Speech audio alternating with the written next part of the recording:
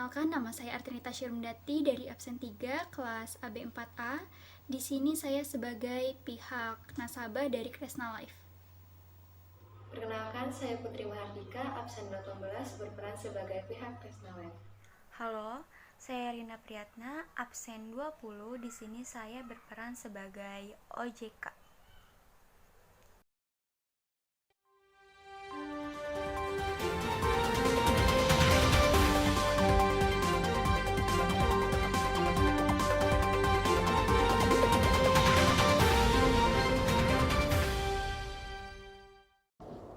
Selamat pagi dan salam sejahtera untuk kita semua.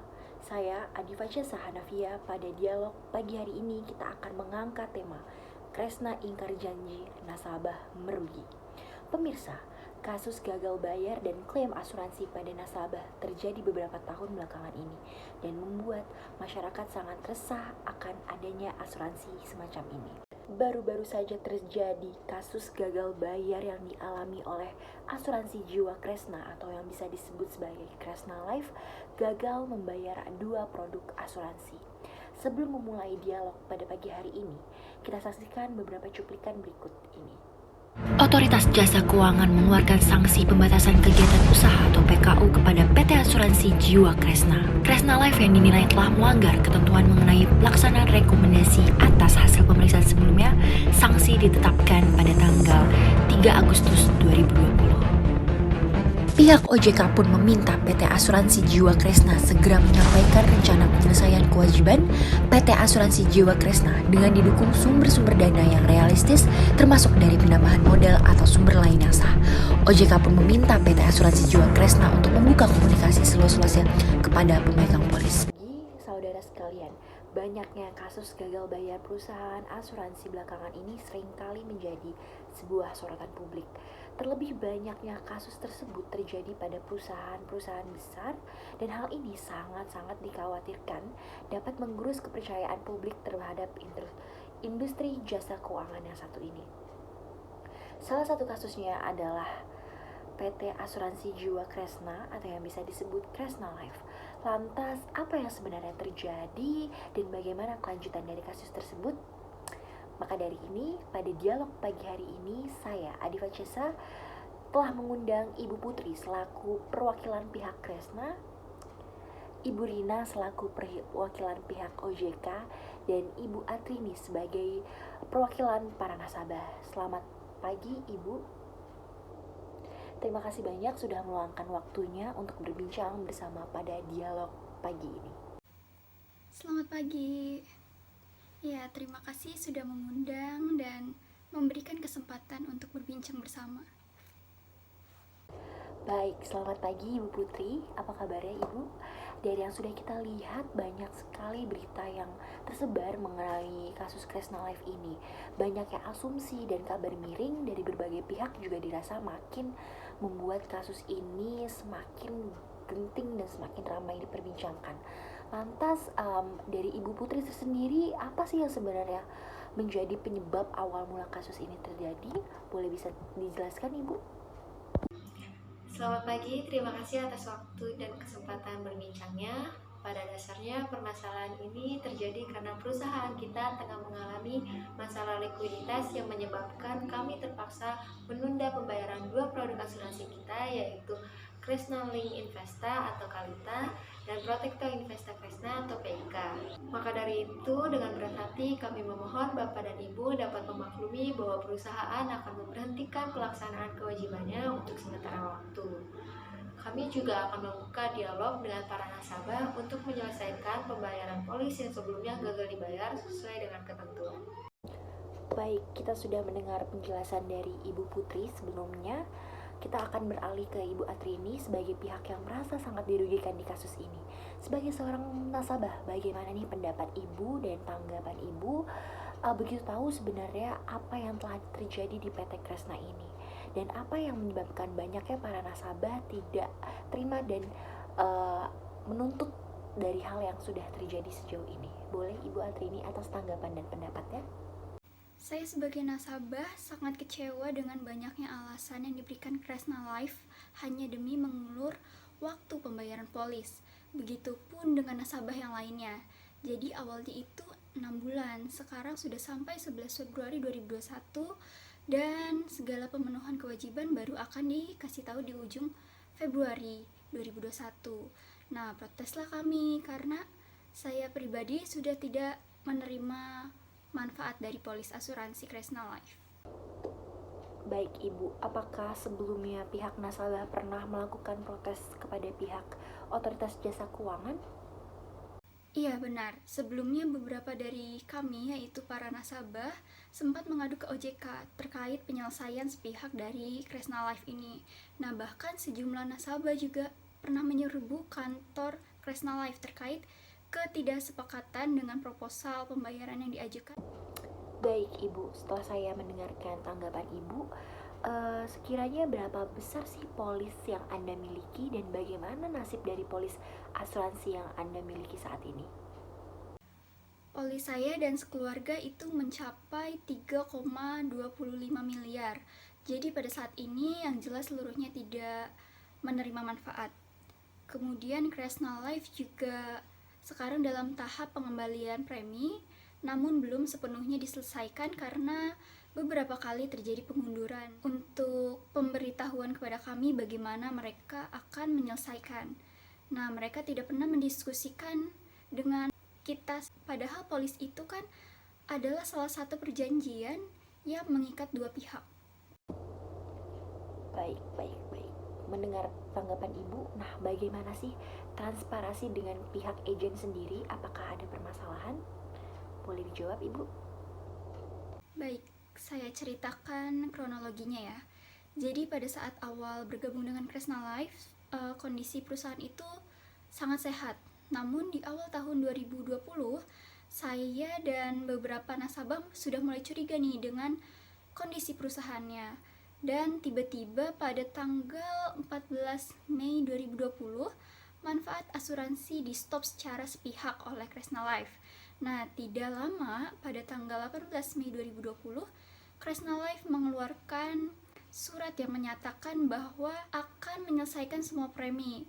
Nah, mereka menjelaskan sedang mengalami masalah dengan likuiditas serta dampak COVID-19. Nah, pihak Kresna Life juga meminta waktu 30 hari untuk penyelesaian masalah dengan pemegang polis.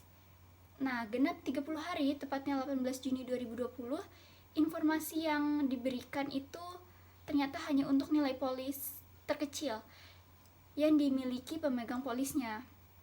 Sehingga kami sebagai pemegang polis besar merasa tidak mendapat jawaban dan meminta penjelasan kepada pihak Kresna pada tanggal 19 Juni 2020. Namun mereka tidak bisa ditemui. Kami juga diberikan jadwal untuk Zoom meeting. Nah, Zoom meeting ini dihadiri oleh direktur. Tapi pertanyaan dari kami tidak terjawab. Walaupun sudah kami follow up berkali-kali, namun tetap tidak dijawab oleh pihak Kresna Life. Untuk nominal lain, pihak Kresna meminta waktu 21 hari kerja, yaitu 17 Juli.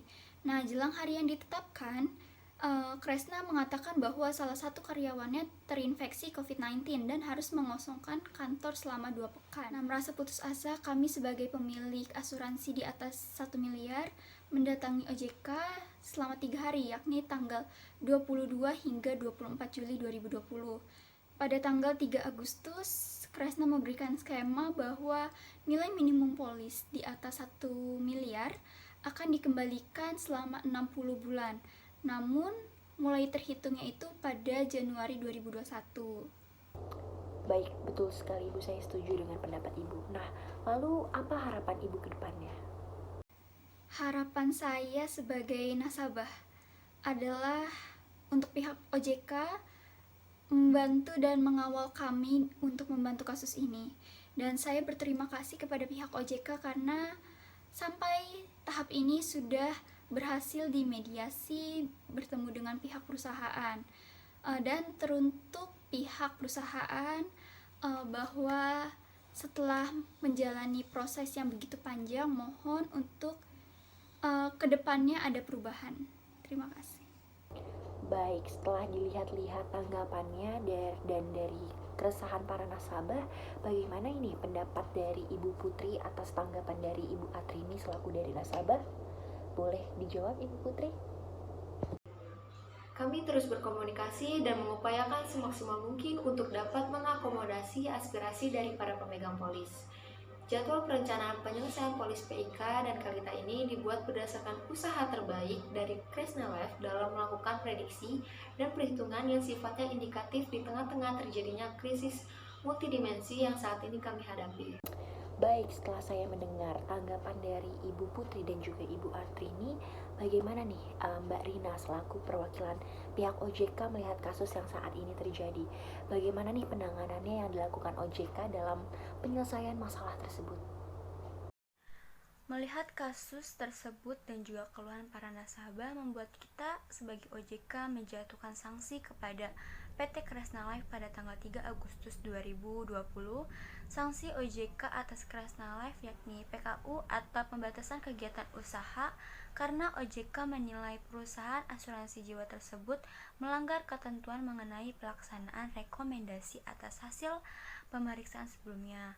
Sanksi ditetapkan melalui surat OJK nomor S-342-NB.2-2020. Setelah dikenakannya sanksi ini, maka asuransi jiwa Kresna dilarang melakukan kegiatan penutupan pertanggungan baru untuk seluruh lini usaha bagi perusahaan asuransi tersebut sejak 3 Agustus 2020. Sampai dengan dipenuhinya rekomendasi hasil pemeriksaan OJK. Sebelumnya, OJK telah melakukan pemeriksaan untuk periode tahun 2019 yang dilakukan pada Februari 2020. Pada pemeriksaan tersebut, OJK menemukan sejumlah pelanggaran yang dilakukan PT Asuransi Jiwa Kresna, khususnya pada KLTA. Dari pelanggaran tersebut, OJK melakukan tindakan pengawasan diantaranya yang pertama, mewajibkan Kresna Life untuk membayar klaim yang telah diajukan oleh pemegang polis. Yang kedua, memerintahkan Kresna Life untuk menyusun rencana penyihatan keuangan yang memuat langkah-langkah penyihatan keuangan perusahaan, komitmen pemegang saham pengendali atau pengendali mengatasi permasalahan Kresna Life, serta rencana pembayaran klaim secara detail. Yang ketiga, OJK sudah memerintahkan Kresna Life untuk menghentikan produk KLTA pada Februari 2020 untuk mencegah risiko kesulitan pembayaran klaim atas polis jatuh tempo yang lebih besar dan melindungi kepentingan pemegang polis. Yang keempat, OJK tetap meminta manajemen dan pemegang saham pengendali atau pengendali asuransi jiwa Kresna untuk bertanggung jawab terhadap kewajibannya kepada pemegang polis karena ini sudah kesepakatan ataupun ikatan perdataan antara asuransi jiwa Kresna dengan pemegang polis. Yang kelima, OJK meminta Kresna Life segera menyampaikan rencana penyelesaian kewajiban asuransi jiwa Kresna dengan didukung sumber-sumber dana yang realistis termasuk dari penambahan modal atau sumber lain yang sah. Dan yang keenam, ini sebagai yang terakhir, OJK juga meminta perusahaan yang masuk grup Kresna itu untuk membuka komunikasi seluas-luasnya kepada pemegang polis. Baik, dari informasi yang saya dapatkan ya Mbak Rina, OJK ini tak hanya mengambil tindakan terhadap Kresna Life saja, tapi melainkan juga terhadap grup Kresna yang secara keseluruhan. Apakah benar Mbak Rina seperti itu? Iya benar, saat ini sedang kita tangani. Ini juga merupakan bagian dari pembinaan terhadap aspek yang ada di market conduct. Kita belum bisa sharing mengenai hal ini. Penutupan 24 reksadana tadi merupakan supervisi action yang kita lakukan sehingga bisa berdalam isu terkait reksadana Kresna ini. Baik, terima kasih Mbak Rina atas tanggapannya. Terakhir nih untuk Mbak Putri ini selaku perwakilan Kresna Life, apakah ada harapan ataukah keinginan dari Mbak Putri tersendiri untuk titik terang dari permasalahan kasus ini? Boleh tolong diperjelas Mbak Putri? Kresna itu ada 8.900 nasabah, 11.000 polis korbannya dengan 6,4 triliun dananya yang saat ini bermasalah di Kresna. Kami berharap para pemegang polis dapat memahami situasi dan kondisi saat ini. Kami membutuhkan dukungan dari semua pihak, terutama para pemegang polis, agar pelaksanaan tahapan penyelesaian ini dapat berjalan dengan baik. Baik saudara sekalian, kita sudah di penghujung acara. Itu tadi sedikit bincang tentang dialog pada pagi hari ini bersama pihak Kresna Life, Mbak Putri, pihak OJK Mbak Rina, dan pihak nasabah Ibu Atrini. Kita doakan semoga saja kasus ini segera menemui titik terang dan masalah kasus-kasus ini dapat segera diselesaikan dengan sangat baik. Sekian, terima kasih, sampai jumpa dan kembali.